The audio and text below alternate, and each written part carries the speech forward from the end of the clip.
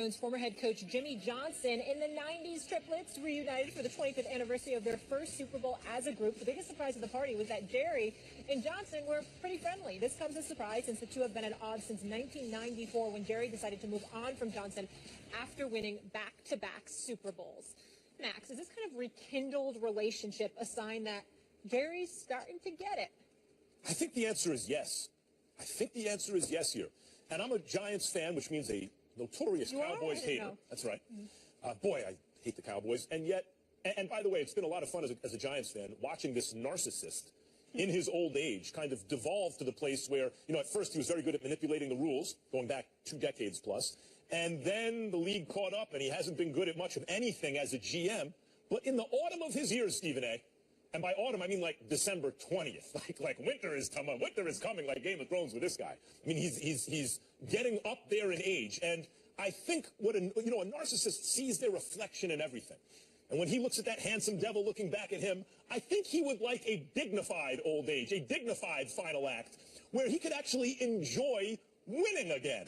And I think we're seeing that in the reconciliation with Jimmy Johnson, to the extent that it's a reconciliation, and the ceding of power to his son, which has resulted in an excellent team. I think, yes, in the autumn of his years, he's getting it. You know, this is funny. This is absolutely hilarious. Let me get this straight. So because they hooked up together and had some nice dinner, shaking hands, being complimentary with one another, probably hugging and singing Kumbaya to one another, Jerry Jones gets it? Oh, just stop it. That's not what happened here. You know what happened here? The Cowboys actually looked respectable this year. That's what happened. They looked respectable without Jimmy Johnson.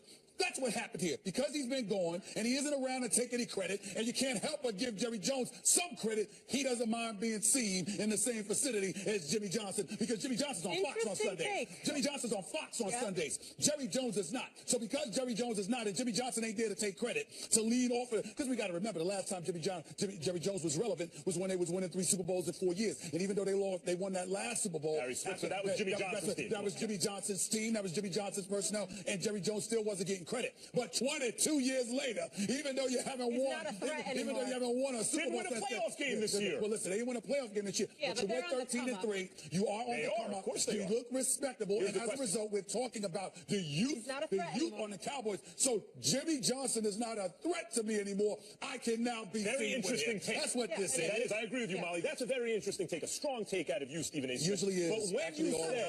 But when you say what happened was, it didn't just happen. It wasn't happenstance. It was his son, Stephen Jones, taking control, picking offensive linemen. I think it was in the first round 4 out of 5 seasons. Very difficult it must have been for Jerry Jones to do that with all like the sexy skills position. Yeah, and he keeps taking Zach Martin, one offensive lineman after another in the first round. It didn't just happen. It wasn't a passive arrangement. It was an active change in the organization. That in itself shows maturity on the part of a very old man, by the way, but okay, we all mature at different rates. And the fact that he can now, even if the embrace of Jimmy Johnson here is a result of the success of the team having nothing to do with Jimmy Johnson, it still has to do with Jerry Jones ceding power. And that is maturity. That's what led to this moment. They still haven't won a playoff game. Maturity? Jerry Jones. Yes. Really? You know, I remember when I was watching Saturday Night Live and Alec Baldwin was talking about, oh, come on, I'm just trying to be cool. Back then, I was a shy, impetuous 59-year-old man. All right, you understand what I'm saying? I'm not paraphrasing there, but that's basically what he was saying. So Jerry Jones, who's, 73, 74 years old, he's matured. Emotionally, he's a late bloomer. That's what we're saying, he's matured? Really? That's your argument? Stop it. The fact is, Jimmy Johnson's been gone long enough where he can no longer steal credit from Jerry, and as a result, Jerry is okay being around him. But if you saw Jimmy Johnson and you thought about him and Jerry Jones together, you would inevitably find yourself giving Jimmy Johnson credit instead of Jerry Jones, and that's what you're looking at it in a vacuum. Look at it in the context of a larger situation of what's going on with the Dallas Cowboys. Now, Jerry Jones was always the GM. He's the GM in name. He's not really the GM that's anymore. Not him. The point is that ultimately somebody like Max is going to look at Stephen Jones. When you think about the Dallas Cowboys in this day and age, you do think of how many rings would they have? You thought of Jimmy Johnson in a long time. But you think of Jerry Jones. You weren't thinking about Jerry Jones before you were thinking about Jimmy Johnson. You're not thinking about Stephen Jones now. You think about Jerry Jones. Stephen Jones. You think about Jerry Jones. That's what you think about now. Lost track of the Joneses somewhere. That's right. If they stayed together, how many rings would they have had? I mean, look, the fact is they underachieved. Barry Switzer, it's not that he's a bad coach or anything. He's a really interesting guy. But you would never have guessed just one more at that time. You'd have guessed at least 2 or 3. I'd say one more. Here's why.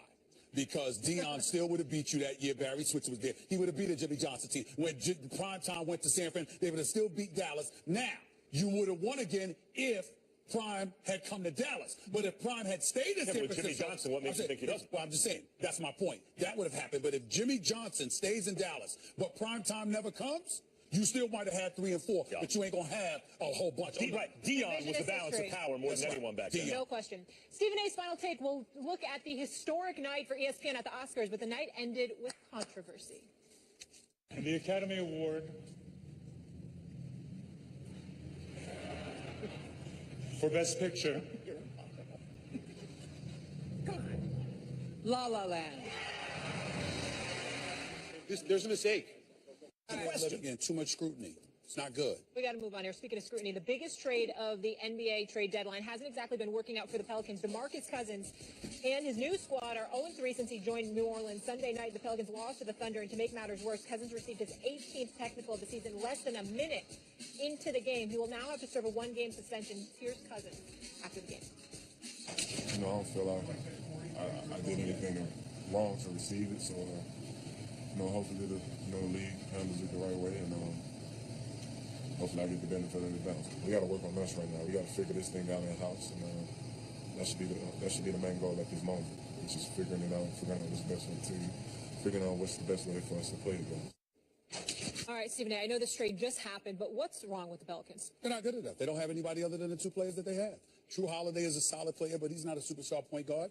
Anthony Davis is an absolute stud. DeMarcus Cousins is a stud offensively. Defensively, he's not intimidating anybody. He's not a shot blocker. He's not a rim stopper. That's not who he is. You combine that with the fact that Alvin Gentry still has a lot to prove as a head coach in this game. Remember, I highlighted last week, as much as I like and respect Alvin Gentry, because he does know basketball, he's been a head coach for 14 seasons in this league. He's had 2 winning seasons. 2. The bottom line is you can't escape that reality. And so we're going to learn a lot about their maturation with one another, but we're also going to learn a lot, even in this short period of time, even with a hellacious schedule, because they had Oklahoma City and Dallas and Houston, these 3 games that they lost. They got San Antonio coming up, I think Utah down the road, Detroit, etc. We're going to find out not just what they're made of, we're going to find out what Alvin Gentry's made of. This one ain't that hard. Pelicans are no good. I mean, they're not good. They're Anthony Davis and a collection of parts that aren't good enough. Holiday's nice. As you said, he's solid. He's not, the idea that he's supposed to be part of a big 3, stop. He's okay.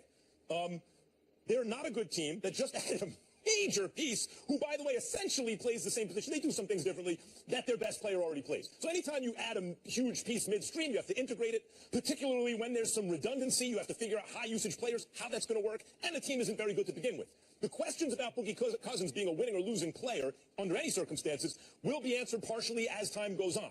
But the idea that these 2 couldn't play together, I think, is far-fetched. I think that over time, this team will be better, obviously, for the trade of an extremely talented, valuable piece in Boogie Cousins. And if you think back to Kevin Durant on the Golden State Warriors and how that looked, on a well-oiled machine, you added a Durant who wasn't redundant. Look how they looked against San Antonio early in the season. Terrible.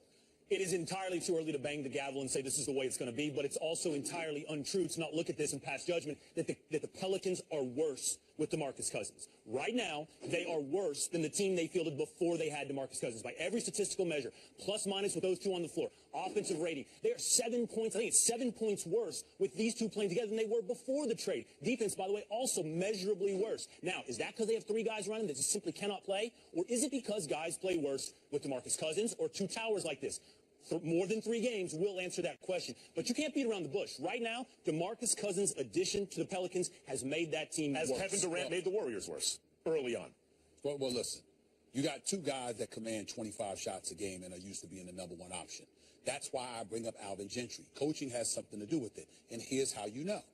Ask any aspiring head coach out there. Excuse me, we got a head coach in opening.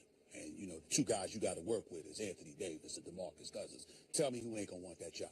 And that's how you know. What I'm saying to you is this. Don't get me wrong. I'm not telling you that DeMarcus Cousins can't be a headache. I'm not trying to gloss over some of the distractions that he created. But you don't teach what he brings. And a lot of times I've often said this, and I'll leave it to y'all to answer this question before we go.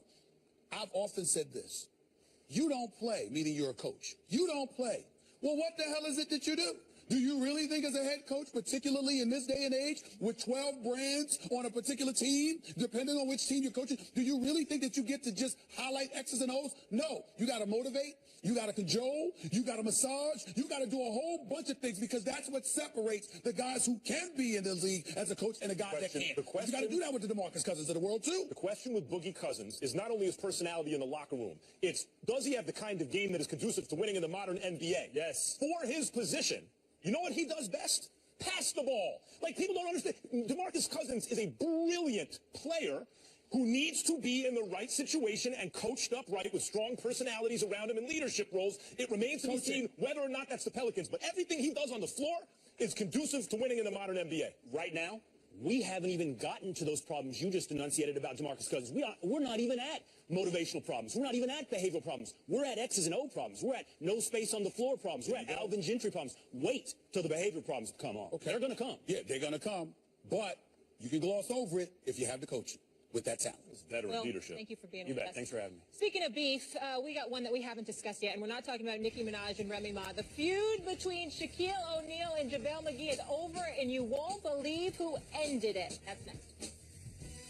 Former head coach Jimmy Johnson and the 90s triplets reunited for the 25th anniversary of their first Super Bowl as a group. The biggest surprise of the party was that Jerry and Johnson were pretty friendly. This comes as a surprise since the two have been at odds since 1994 when Jerry decided to move on from Johnson after winning back-to-back Super Bowls. Max, is this kind of rekindled relationship a sign that Jerry's starting to get it? I think the answer is yes. I think the answer is yes here. And I'm a Giants fan, which means a notorious Cowboys hater. That's right. Boy, I hate the Cowboys. And yet, and by the way, it's been a lot of fun as a Giants fan watching this narcissist in his old age kind of devolve to the place where, you know, at first he was very good at manipulating the rules, going back 2 decades plus. And then the league caught up and he hasn't been good at much of anything as a GM. But in the autumn of his years, Stephen A., and by autumn, I mean like December 20th, like winter is coming, like Game of Thrones with this guy. I mean, he's getting up there in age. And I think what a narcissist sees their reflection in everything. And when he looks at that handsome devil looking back at him, I think